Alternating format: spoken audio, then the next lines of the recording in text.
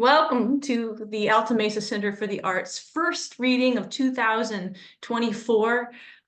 We were a brainchild of Elizabeth Robinson and I about 4 years ago in 2021, in the height of the pandemic, when we were desperate to kind of connect our arts and literary communities with our diverse church community. And we started this Alta Mesa Center for the Arts, never thinking that this many years later, we would have served 40 writers and well over 500 people who attended in the audience. And we are growing now.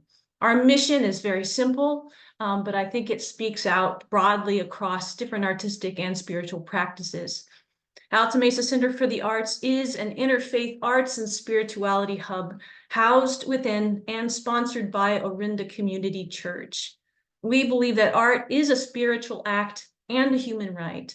We wish to provide a place where people from diverse traditions, artistic practices, and economic realities come together in community. We know that art can bridge the divisions, substantive and arbitrary, that divide us.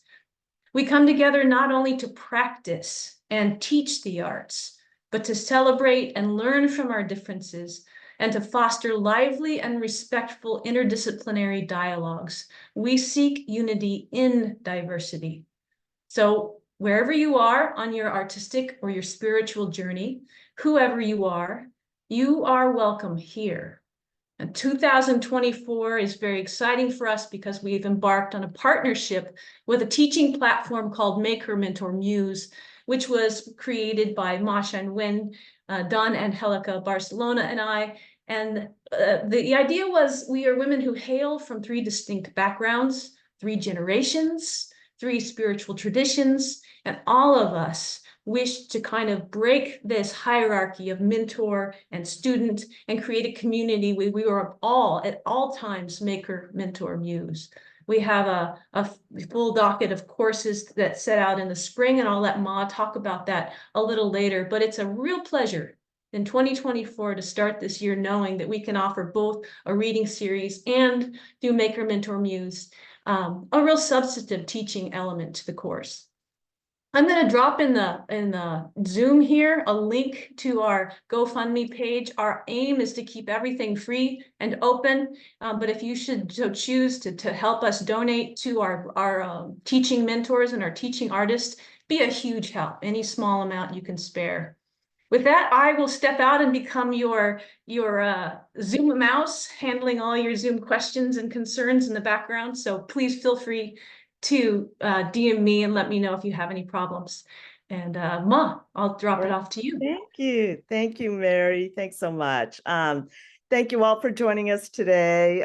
So great to see so many wonderful, friendly faces. And I just would like to say again that we're so grateful for our partnerships with Alta Mesa Center for the Arts, Orinda Community Church, and Orinda Books. And we are very excited about our upcoming classes and offerings for the year. And I would like to share, I think I can share this, and I'll also put it in the chat, just what we have upcoming for the spring. So can everyone see this? These are spring offerings, Maker, Mentor, Muse, and Alta Mesa Center for the Arts. So on the 25th, we have a reading with Katya Sengel, facilitated by Dr. Joan Stanow-Lester. Hopefully I've said their name correctly. March 10th, we have a salon with Vince Montague. On March 31st is our big kickoff for our classes, Maker, Mentor, Muse. Kickoff, I hope you'll join us. And on April 8th, the prose workshop will begin with Mary and LaRonda Crosby Johnson. And classes will be from April 8th to May 20th. And I will be doing a poetry workshop from April 8th to May 20th. And on April 14th, we have a salon with T.S. Leonard. And April 28th, Poetry for Peace reading. And we'll have more details about that soon. May 11th, Noelani is in the audience with us, and she's doing another fantastic salon. We're really excited about that. On May 26th, it'll be to be announced. And please save the date for June 9th. There will be a summer salon with Carla Brundage, and we will put this flyer. Mary, maybe you can put that in the chat. That would be great. Thank you. And let me go back. Okay. Just a few things. We're going to have a short Q&A at the end. And any questions you have in the chat, you have questions, put them in the chat. And as Mary said, please show your appreciation for our readers with your comments. And during the reading, please mute yourselves. And I would like to say it has been a pleasure to collaborate not only with my muses, but also with my co-host, Candy Shue. Candy Shue is a Kundiman Fellow whose chapbook, Bridge of Knots, was chosen by Matthew Salisis for the Gold Line Press Fiction Award in 2023. Welcome, Candy. Yes, I've unmuted. Thank you, Ma, for that. That was very sweet. And thank you to Maker Mentor Muse and Alta Mesa Center for the Arts and all of the readers and everybody who's come. I'm happy to be here as making space and writing in hybrid genres and multi-genres are subjects that are close to my and dear to my own creative life and practice. My writing has often spanned genres. My book, Bridge of Knots, is published as fiction, but contains elements of poetry and memoir as well. So it's written in 71 very short sections, and it's almost like a mosaic of life during the pandemic and all of the different things that have changed, as well as the things that haven't changed in our lives. Also, big confession in there, but I will let the readers find that one out for themselves. So there are lots of writers who are experimenting and crossing genres and doing and pulling in genre into their own writing practices. People like Kathy Park Hong, who started her career as a poet, and she still does write poetry, but her book Minor Feelings also encompasses essay and memoir. The poet Ross Gay has published collections of poetry as well as nonfiction, and Victoria Chang has written poetry that incorporates visual elements like old family photographs. Another poet, Ocean Vuong, is very autobiographical in his book On Earth We're Briefly Gorgeous, which is amazing, but it was published by Penguin Books as fiction. So many writers are crossing genres and incorporating more than one genre into their own work. And in this way, I sort of feel like modern poetry has that foundation in hybridity and in collage, going way back to, old geezer Ezra Pound and T.S. Eliot, and, they're including references to the Bhagavad Gita and the Upanishads, and now it's just kind of continued to flourish. Writers are experimenting even more now with combining elements of different genres as a way of expressing all of the parts of themselves. That is, making space for their writing for their full selves. So it makes me very happy to welcome our readers, Celeste, Dawn, Jennifer, and Grace here today. Our first reader is going to be Celeste Chan. Celeste is a writer and artist schooled by the do-it-yourself culture and immigrant parents from Malaysia and the Bronx in New York. She has founded and directed Queer Rebels, a queer and trans people of color's art project, created and curated experimental films, joined the Fog Lifter Literary Journal as an editor and board member, and toured with the legendary feminist roadshow Sister Spit. She's grateful for the support from Hedgebrook, Hugo House, Periplus, Ragdale, and the SF Public Library, among others. Celeste is now focused on writing her hybrid memoir, which is super exciting, and I hope we'll hear more about the project in our conversation, as well as maybe hear a little bit of it. Welcome, Celeste. Yay, thank you for the warm welcome. And I'm just going to go right into it. So here we go. And I've got two pieces for you. And do you blame us? We who cover our hands with plastic bags, who rummage your trash and collect your cans, who scatter when you chase us and film it for CNN. We sneeze into sleeves and shed DNA behind our masks. We, with no sick days, change your sheets and wipe your asses. Dare to cough? We shake your machines, run, rasp-lunged, fling ourselves across your airports.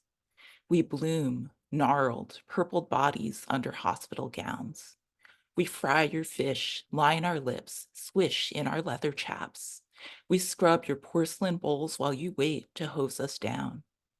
Corona, you shout. Call us yellow and ghosted.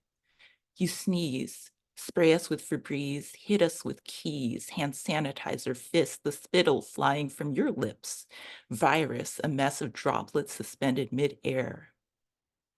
But we glide.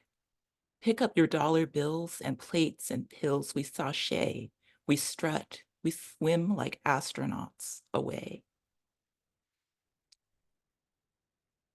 Now, let us remember ACT UP marching, laying down in the streets with their cardboard tombstones blocking traffic. Remember that David Wojnarowicz dreamed of, quote, taking Amazonian tipped blow darts dipped in infected blood and spitting them at the exposed necklines of certain politicians. Let us remember, some of us were children watching Reagan on TV as he clasped and unclasped his hands, adjusted his tie, smiled, teeth only. When toilet colorers arrived, seeing a mother grab her child from behind, his legs still kicking while she dragged him away from the drinking fountain. Do we remember hearing, quote, within 2 years, 80% of the afflicted will die, and protesters dumping beloved ashes and DNA on the White House front lawn? Let us remember GRID, gay-related immune deficiency, how half of Americans favored quarantine or tattoos or mandated identification, so we did not remember their emaciated bodies. Let us remember Monday, August 17, 1998, the only day the Bay Area Reporter was free of obituaries. Do we remember marching in the streets to get ACT, horse pills, drug cocktails? How many different generations of us? We do not remember our friends. Forget the Texas governor saying, quote, if you want to stop AIDS, shoot the queers, end quote. All those names before we became embroidery on the largest quilts, the 60 million. Do we remember how to survive a plague? Thank you.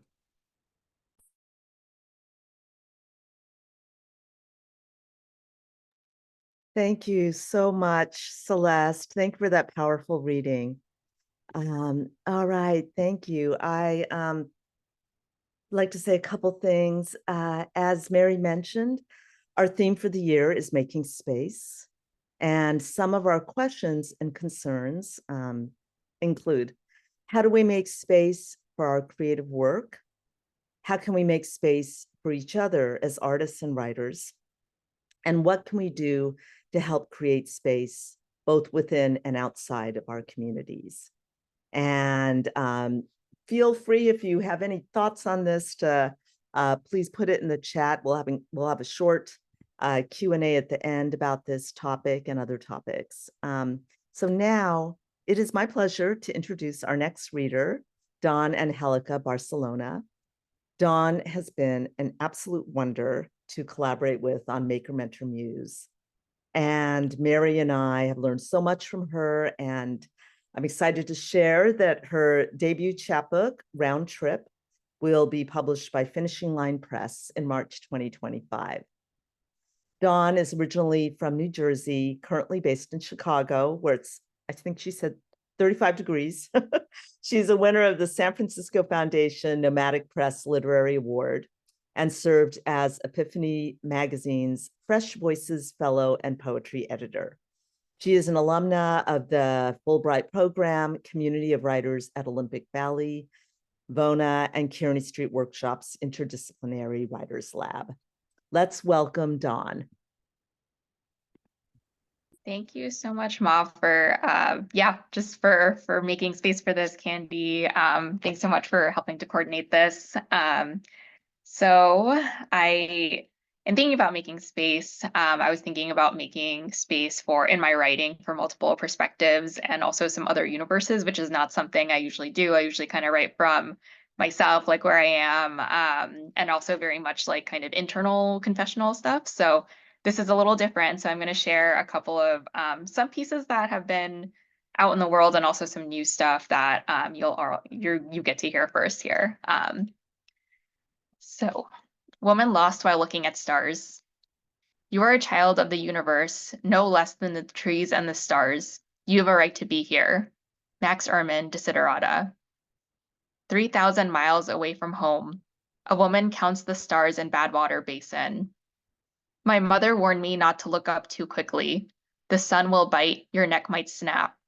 She says, don't answer the door for anyone, and this refrain pours onward until my eyes are covered with stars. If this night went missing, along with this woman, could park rangers resurface both with one helicopter? My mother held my tongue taut when I was ready to taste the moon. She asked if I'll come home by midnight, as if I could go far. Many fears are born of fatigue and loneliness. This is why I go. I lick my thumb and press the sky with my fingerprint, thinking of girls who don't answer, whose mothers leave voicemails.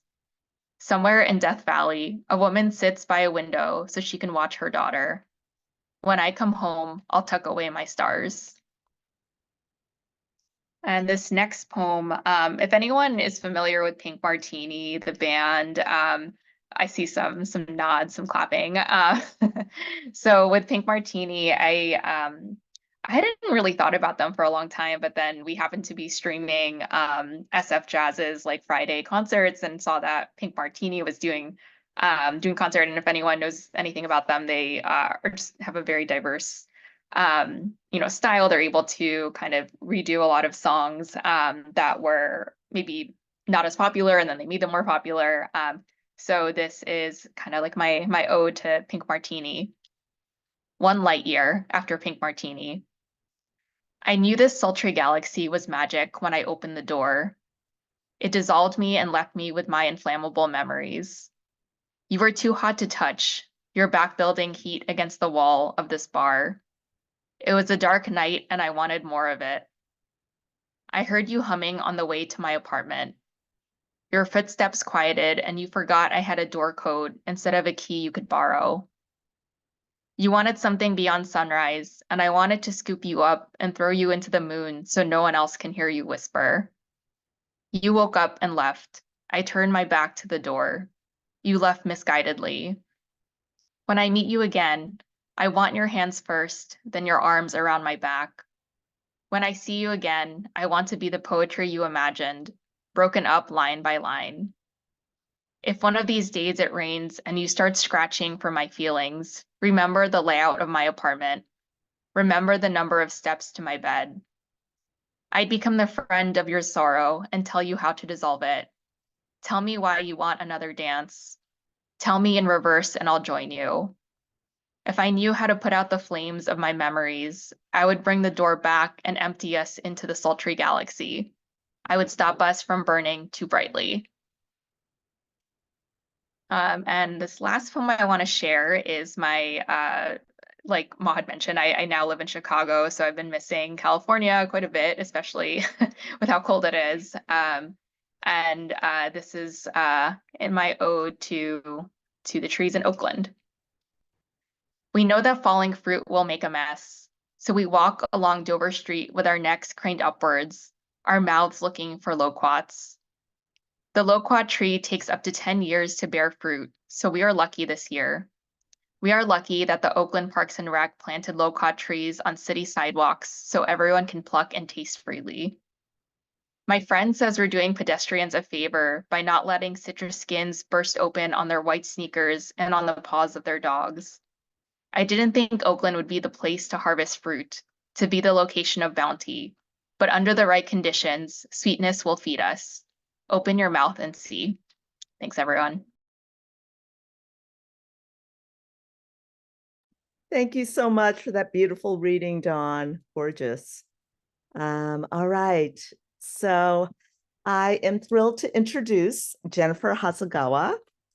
Jennifer, also known as Jeha, is not only a gifted poet and information architect, but also a visual artist and photographer who has created a series of video poems, which you can find on her website, jhaland.land. Her manuscript for La Chica's Field Guide to Bonsai Living on Omnidon's fantastic book won the Joseph Henry Jackson Literary Award, and the collection was long-listed for the Believer Book Award in Poetry. She's the founder of the Cocoa Chronicles, a website and community dedicated to preserving out-of-print vintage cookbooks published by Hawaii community organizations. She was born and raised on the Big Island of Hawaii and lives in San Francisco. Welcome, Jennifer. Thanks so much, Ma. Hello, everyone. Thank you for coming together to create community around words and language today. I'm going to read a poem from this book, La Chica's Field Guide to Bonsai Living, and it's dedicated to all of you who came to a reading today. It's called Rockets with Rear View Mirrors. They found a lack of life on one of my planets, despite the presence of blood and water in the soil. In space, as in most things, go slow to go fast. They want to colonize Mars because it is the closest thing they have to home. I want more than an extra 39 minutes. Venusian nights last 100 days. Give me this century to comb through the sweet oil of its atmosphere, survey its lava fields in darkness. It's hot, but not hot enough to melt our resolve to really fix it this time. Propulsion units burn out, disengage, and drop to lower orbits. Molten language pollinates the voiceless to birth the supernatural. Astounding alien, clean progenitor of the new tongue of the ages. You are here.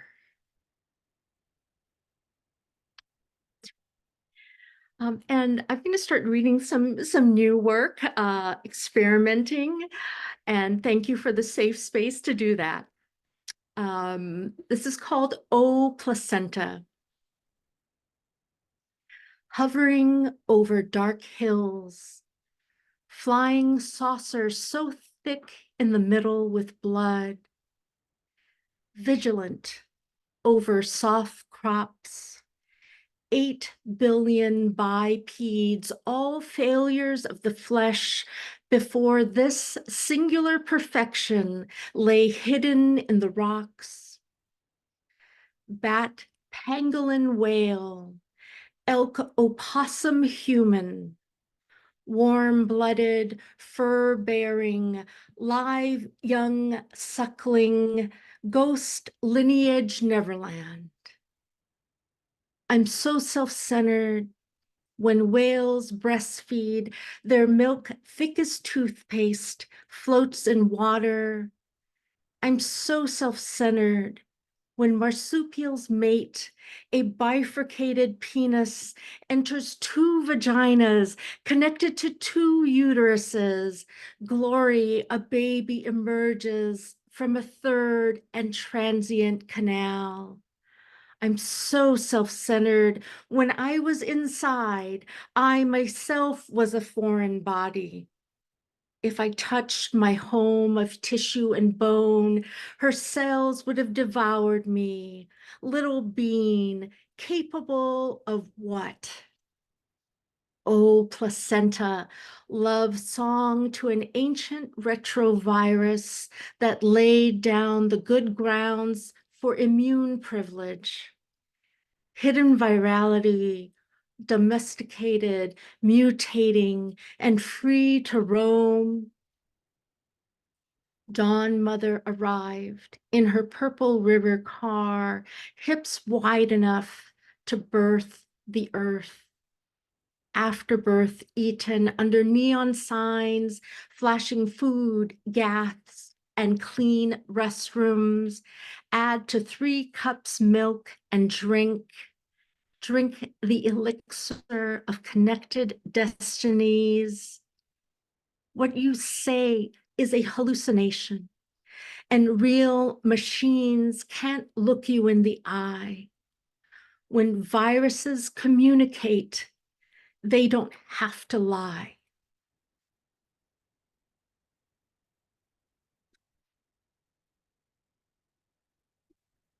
Tombstone read Mama because they forgot her given name. We entered the forest to find a long-lost grave. Father led with a machete, guided by an ant with magnetic grains between the eyes, rusted out car body, pile of green glass bottles, tombstones of missionaries, one a child, scales of magnitude, bodies given time and space, disappeared. But everywhere the child came through the Kiave trees. Ashes to lashes, dust to lust. We sang it to scare the big time revel liver devil away. Bottle, brush, and mosquito punk, we scrub through generations of moss. Glow of molten rock seeps between branches to illuminate the true name. Such monomythical sounds can make sluggish blood flow free again. Who here thinks they are smarter than spirit? Who here is not related to the volcano?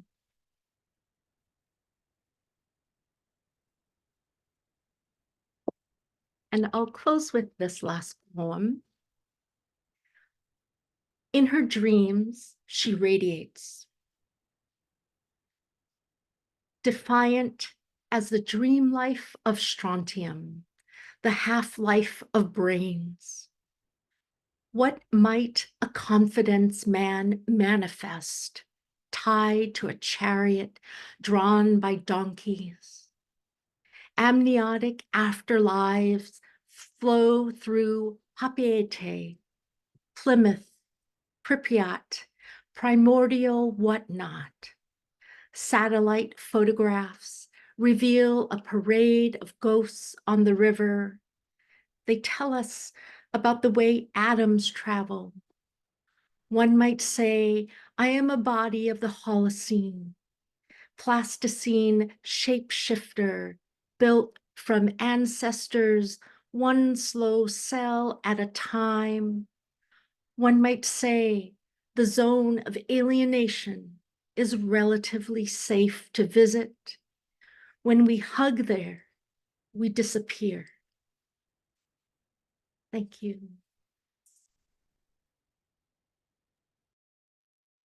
Wow, that was fantastic. And I'm just enjoying hearing everybody's reading so much. Thank you for that, Jennifer, and for Dawn and Celeste.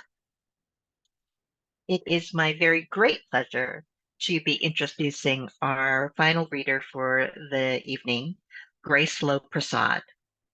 Grace is the author of The Translator's Daughter, which is just around the corner to being published this year in March. I think the official date is by Mad Creek Books and the Ohio State University Press.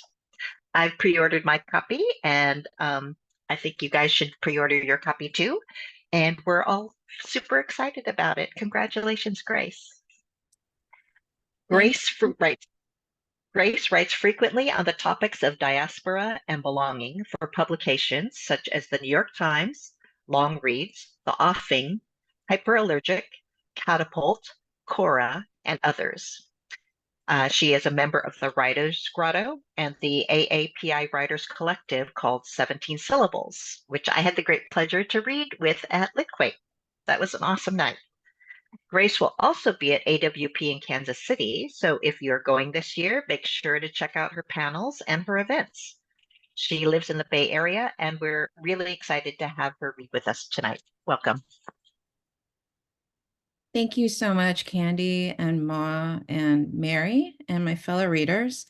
And boy, it is so hard as a prose writer to follow poets. I was just completely transfixed by Jennifer's reading. So, and I also love the fact that when we first started discussing this theme, I was thinking of liminal space, but I was not thinking of astrological space. And so I just love the kind of travel that we're doing here through our words. So this is a piece I wrote that came out actually exactly 3 years ago today.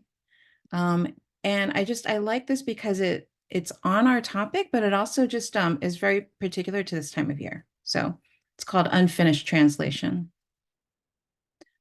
The border between one year and the next slowly unfurls. The first day of the new year wrapping its arms around the globe, with Tonga celebrating first, and then moving westward across all the continents, reaching American Samoa last. A crooked seam bisects the Pacific Ocean, separating today from tomorrow. Long ago, I accepted the fragmentation of time zones and the strangeness of a phone call in which Tuesday can talk to Wednesday. Living in a different country from my parents, the time difference was just another border we always crossed without a second thought. My dad and I were both born in January, 34 years apart.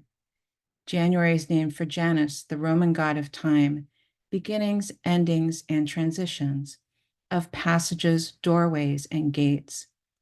His two faces represent duality, looking in opposite directions towards the past and the future. According to Western astrology, we're Capricorns, pragmatic, serious, desk-bound. You can count on us, just like you can count on New Year's Day always being on January 1st. But if you look at the lunar calendar used by Taiwan and other Asian nations to determine holidays, Lunar New Year is more fluid. It skips around, landing somewhere between late January and late February. In the lunar calendar, our birthdays are at the end of the year, not the beginning. I am fascinated by the mismatch of these two systems, the fact that we can occupy two temporal spaces simultaneously, existing in a liminal zone that is transitional and transnational, belonging to both and neither. The zone can serve as a bridge, but it can also be a point of misunderstanding. I asked a friend if there's a name for someone who is born during the overlap of the Western and lunar year. She said that we would be considered the tail of our Chinese zodiac sign. Think of a year as an animal that stretches across 12 months. In the Gregorian calendar, January is the head and December is the tail. In the lunar calendar, February is the head and January is the tail. My dad was born in 1935, year of the pig, but January would be considered the tail of the previous year, the year of the dog. I was born in 1969, year of the rooster, but January is the tail of the year of the monkey. I wonder if there's a mythological creature that combines these attributes. I try searching online, but the closest I can find is a qilin, an auspicious horned beast with the features of a dragon, ox, and lion. Perhaps a more fitting metaphor would be the Ouroboros, an ancient symbol of a snake curled into a loop, eating its own tail, the two ends joined in a continuous cycle of beginning and ending, of duality dissolving into unity. Symbols fill the space where language fails. As the daughter of a translator and a child of diaspora, I'm often at a loss for words, stumbling over the edges and gaps where we switch from one system to another, where we lack a perfect translation or direct equivalent. I would give you an example, but I can't find one I'm satisfied with. I'm terrified of getting it wrong. I've written and rewritten this paragraph over and over because the hardest thing to write about is what you don't know. How do I explain that living in two cultures is both abundance and loss at the same time? How do I describe the things I miss from another place and time when I don't have words for them? I wish I could consult my dad on this. He would know what to say, but he passed away in 2016. I don't know how to write across this divide, how to navigate all that he knows that I'll never know. But I can tell you about who he was. My dad was a middle child in a large family, the third of 6 sons, the fifth of 10 children of a Presbyterian minister and missionary who traveled for months at a time spreading the gospel to the indigenous tribes of Taiwan. He grew up wearing hand-me-downs and jostling for an extra bite of rice at a crowded dinner table. Once, he told me, my grandpa bought a brick of peanut brittle that he intended to cut into pieces and sell for a profit at the market the next day. The children, unaccustomed to the luxury of sweets but fearful of their dad's wrath, snuck into the kitchen and took turns licking the peanut brittle with eager, furtive tongues, thinking he wouldn't notice as the block became sticky and lost its shape. Like many of his generation, my dad was fluent in 3 languages by the time he went to high school. His mother tongue was Taiwanese, a variant of Hokkien that originated with immigrants from Fujian province who settled in Taiwan starting in the 1600s. When my dad was growing up, Taiwanese was mainly spoken in private with family members at home. Between 1895 and 1945, Taiwan was a colony of Japan, so my dad's second language was Japanese, the official language of business, education, and the media. His schooling up until World War II ended was conducted entirely in Japanese, and he and his siblings each called each other by their Japanese nicknames from childhood well into their old age. The third language he learned was Mandarin, which became the official language after Japan surrendered in World War II, and the Republic of China took control of Taiwan. After Chiang Kai-shek and the Kuomintang Nationalist Army arrived in 1949, Taiwanese and other local dialects were banned in an effort to increase identification with the mainland, and they remained underground for nearly 4 decades under martial law. It was not until my dad was in college in the late 1950s that he began to seriously study English. His Christian faith and ability to master the fourth and most difficult language distinguished him from his peers and set him on a trajectory that led to graduate school in the United States and a PhD from Princeton Theological Seminary. He would go on to become an expert in Bible translation. My dad mastered 4 languages before I was even born. He navigated far beyond what he could have imagined as the poor son of an itinerant minister in colonial-era Taiwan, traveling the world to supervise translation projects that took him from Canadian tribal reservations to the islands of Micronesia and everywhere in between. I wonder if he knew that the great distances he traveled and the struggles he overcame would one day make it harder for his daughter to find her way back. I once interviewed my dad about his Bible translation work. He said that interpretation was the first step, referring back to and explaining the meaning of the original text, and translation was the second step, explaining into the target language. What language is the interpretation done in? I asked him. He said that it would normally be in the target language, but sometimes a third language is needed when the translator doesn't know Greek or Hebrew. The interpretation is produced in a third language, such as English or Chinese, and then translated from the third language into the target language. Many of the projects my dad oversaw were translations into indigenous languages in China and Taiwan, and he was often the final editor and arbiter of the translation, checking the drafts against the original Hebrew or Greek, a circular process ending where it began. In 1960, when my dad boarded an airplane for the first time, it took 27 hours to fly from Taipei to New York, with refueling stops in Oakland, California, and somewhere in the Pacific, probably Hawaii. Today, I can make that same trip nonstop in 16 hours.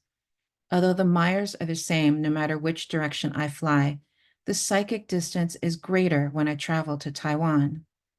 I lose a day in transit and feel like I can never catch up. The flight duration is identical, but the experience is asymmetrical. My body sags with an unnamed ache when going towards a place where my dad no longer waits for me, where I am still learning to speak for myself. I tell myself the journey will get easier. If time and words are not fixed in stone, maybe there is a version of my life where I am not too late, a translation that will make me whole. Maybe the language where I live is not the end point, but an interval, a rest stop on the way home.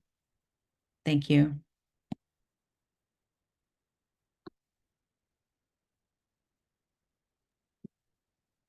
Thank you, Grace, for that wonderful reading and tidbit of your work.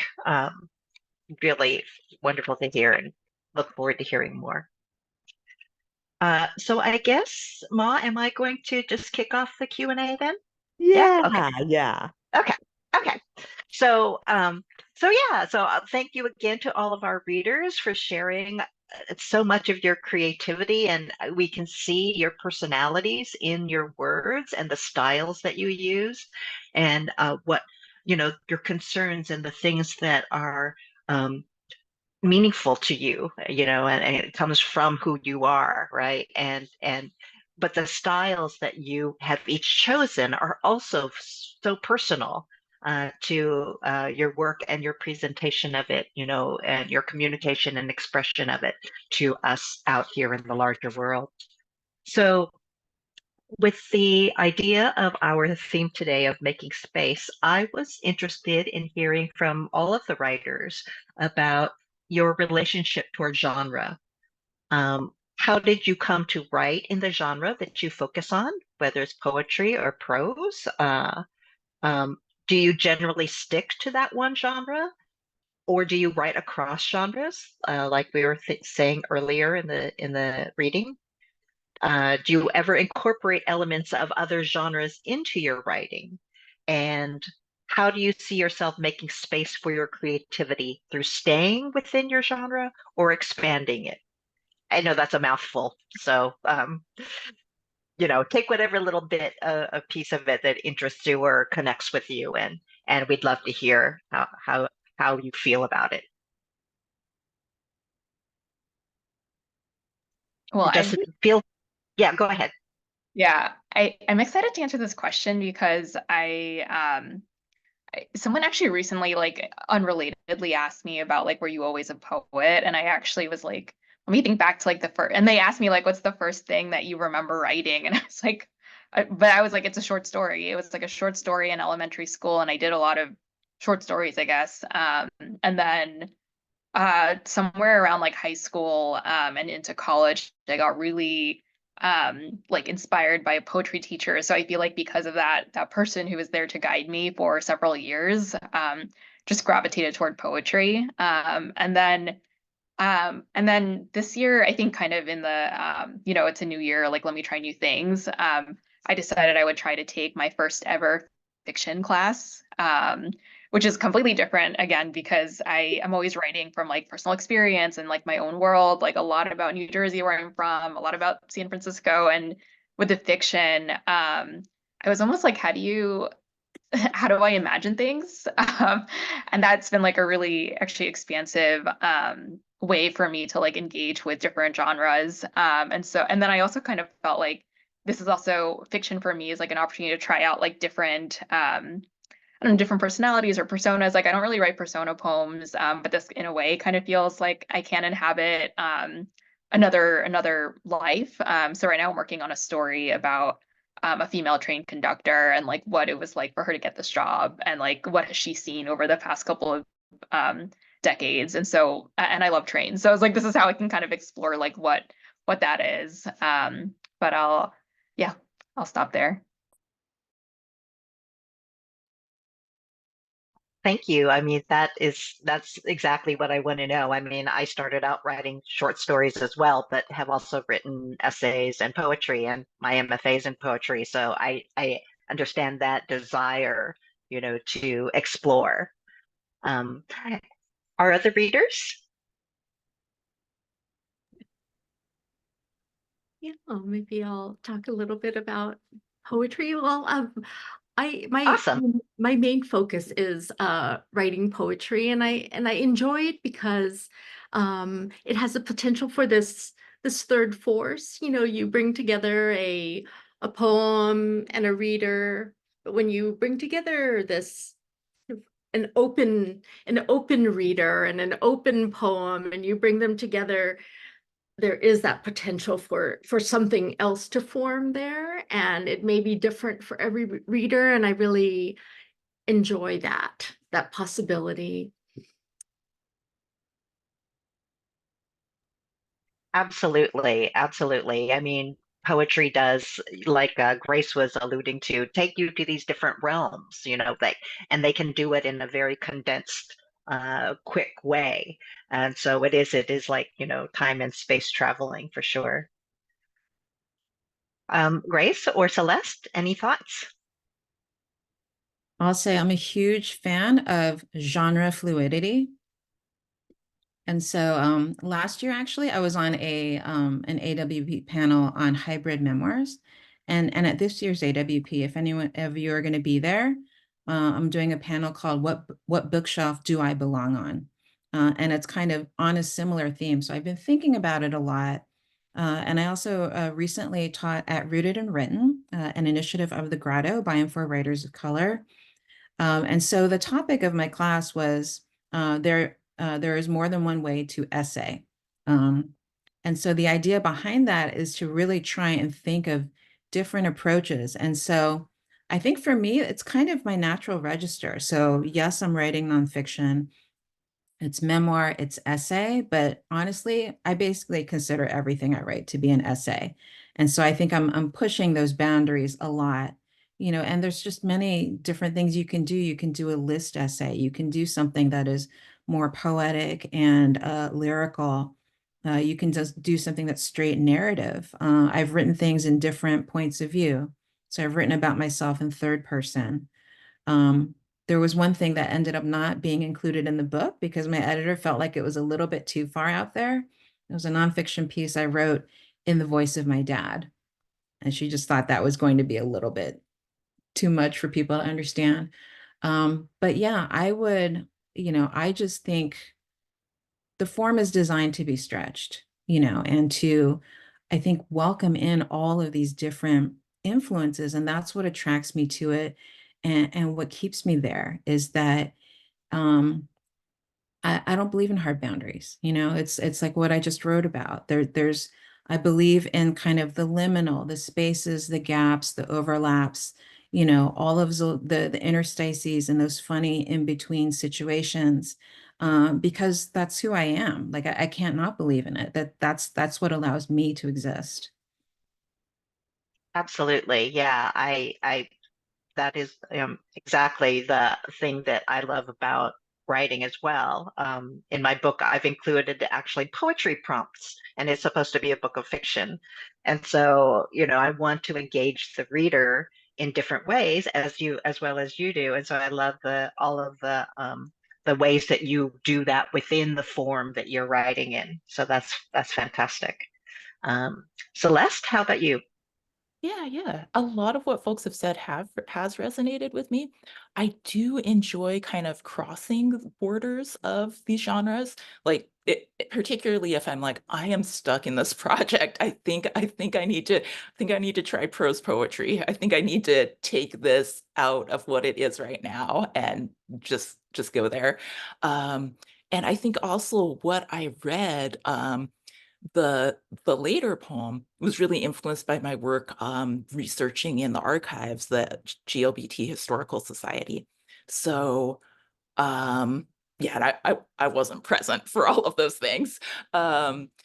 And so I think I'm really interested in like, oh, what can I learn from other art forms and other genres of writing? And just I think being incorporating that or playing with that, subverting it.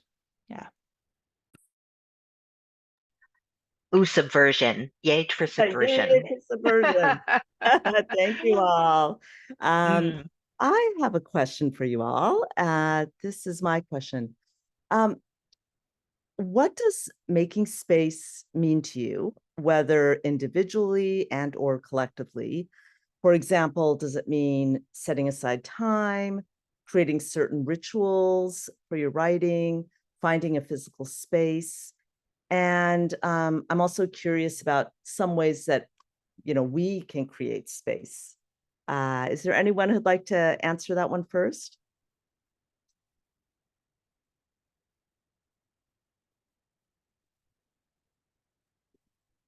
Yeah, maybe I'll take a take a dip in that.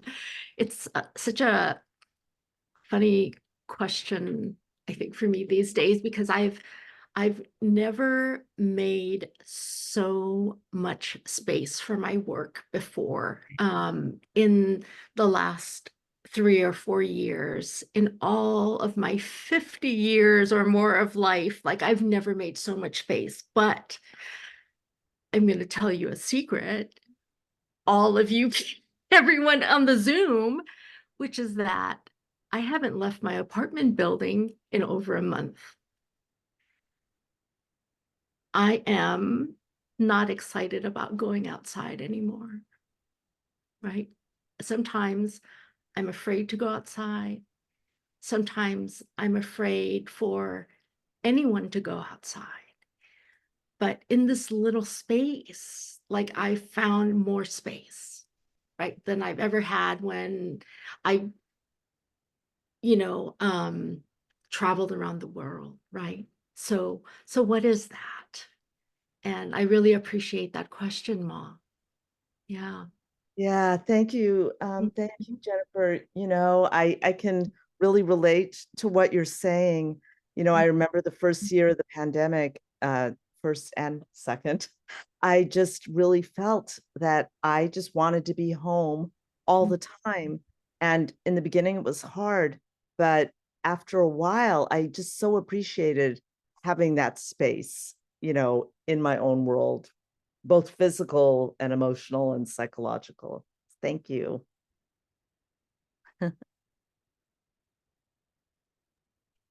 There's so many ways to look at this question. And I just love that you brought up this new dimension, Jennifer, that there's psychic space, in addition to physical space.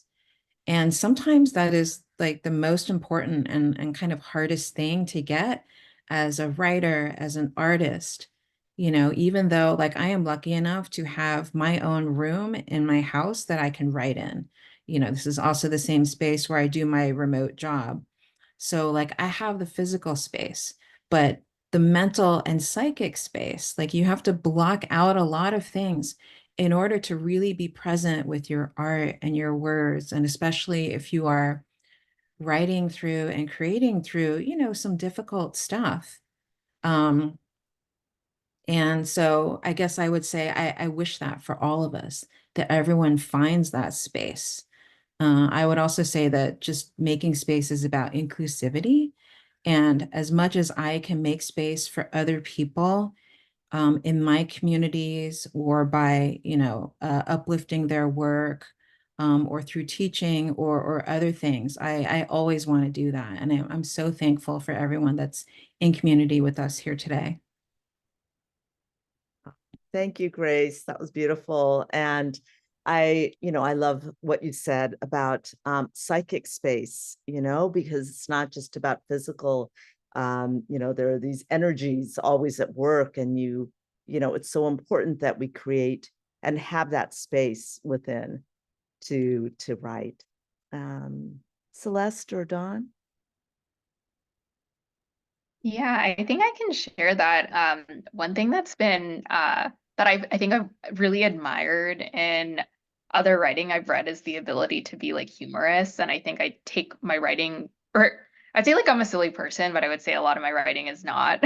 So I was kind of like, what would it mean for me to kind of make space for a different part of my personality in the writing? So but I think that's something that feels kind of like if I'm funny, will I be taken seriously in like certain spaces when I read my work? Like, I don't know.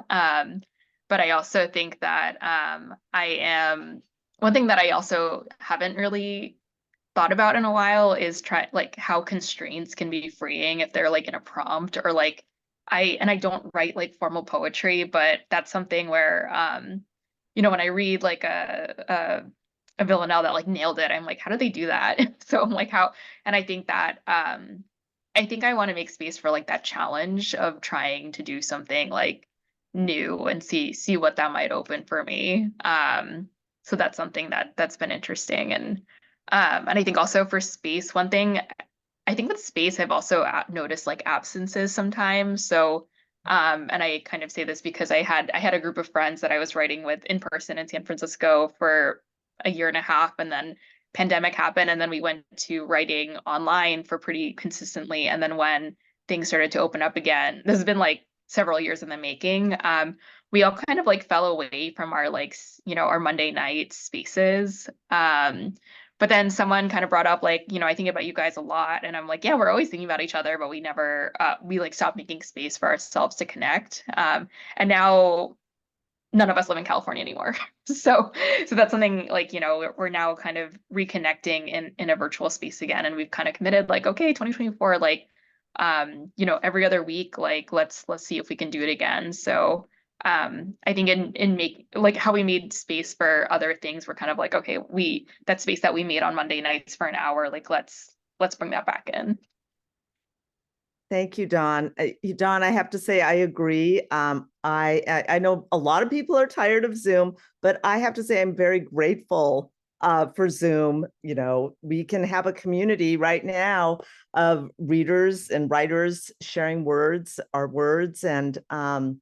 And one of the things that's been really helpful for me during this pandemic time is meeting with friends over Zoom. So thank you. Celeste? Yeah, I can jump in there. And yes, to bridging geographies through Zoom, I hear that totally.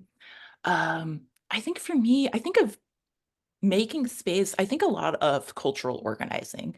And cultural organizing that's like on our own terms. And so like I want to, yeah, I just like want to see things in like all of their glory. Like yeah, I really love those kind of spaces. Just like, yeah, definitely. And spaces like this reading, spaces like different Zoom events, different yeah, definitely remember early in the pandemic staying up until like 1 a.m. so that I could go to like this free workshop and it was literally like with people I probably would have never met otherwise. It was like this library in Ireland offering this free workshop and I want to go to it. So yeah, so that was kind of cool. Yeah, so I think of making space a lot of those type of community events. I also resonate with what folks have said about writing and making space. And I think, yeah, I mean, I think I want to push back on all that demands that I be smaller. I think I want to push back on all that demands um, that demands either the invisibility of my community or the diminishment, or that just seeks to make it more palatable. And I really want this fullness and this richness and being seen in our full humanity and not having to yeah, not having to perform in a certain way, but like just being able to be real, Yeah. you know? So yeah, yes, thank you, pushing back. Oh, thank you, Celeste. Thank you, beautiful. So I am now going to pass it over back to Mary. But I just want to say thank you all so much for your wonderful work and to everyone for joining us today. And Candy, thank you. Did you want to say a few words, Candy? Just, to express my immense gratitude for everybody for being here and for sharing your yourselves with us, and having this space together, to be together today in that way, it's just been a real gift, and I'm just really, ecstatic that we were able to do this together, and I hope we can do it again. This was wonderful. Thank you all. Thank you for everyone who's joined us both in person, kind of, and also on the video, who will watch later. I put in the notes there, our next reading coming up on February 25th, Katya Singal, and we'll introduce her book. I'm gonna get the name wrong of the book, but it's about healing spaces, or spaces that should be healing, but end up having the opposite effect. It's about mental health and mental health space and the spiritual elements of mental health as well, especially for very young people. So it's a memoir. It's going to feature also Joan Stenau Lester, who is a champion of AMCA reading series for years and has been very generous with her time and her expertise. But again, I want to say thank you again to everybody in the room and everybody joining us later in the video, to our new partners, Maker, Mentor, Muse. It's been a pleasure working with you and building this vision out. Elizabeth Robinson, the vision grows together. I'm looking forward to seeing how Miranda Community Church can further benefit from more in-person gatherings too. So thank you. Everybody give yourselves a round of applause, and we will see you next time. I'm gonna do the recording off so you can say whatever you want in just a minute. Yeah, feel free to unmute, and why don't we give everyone a hand and give ourselves a hand? Yay! Thank you, Ma. Thank you all so much for attending and joining us today. Thank you, wonderful readers. Thank you, Mary and Candy.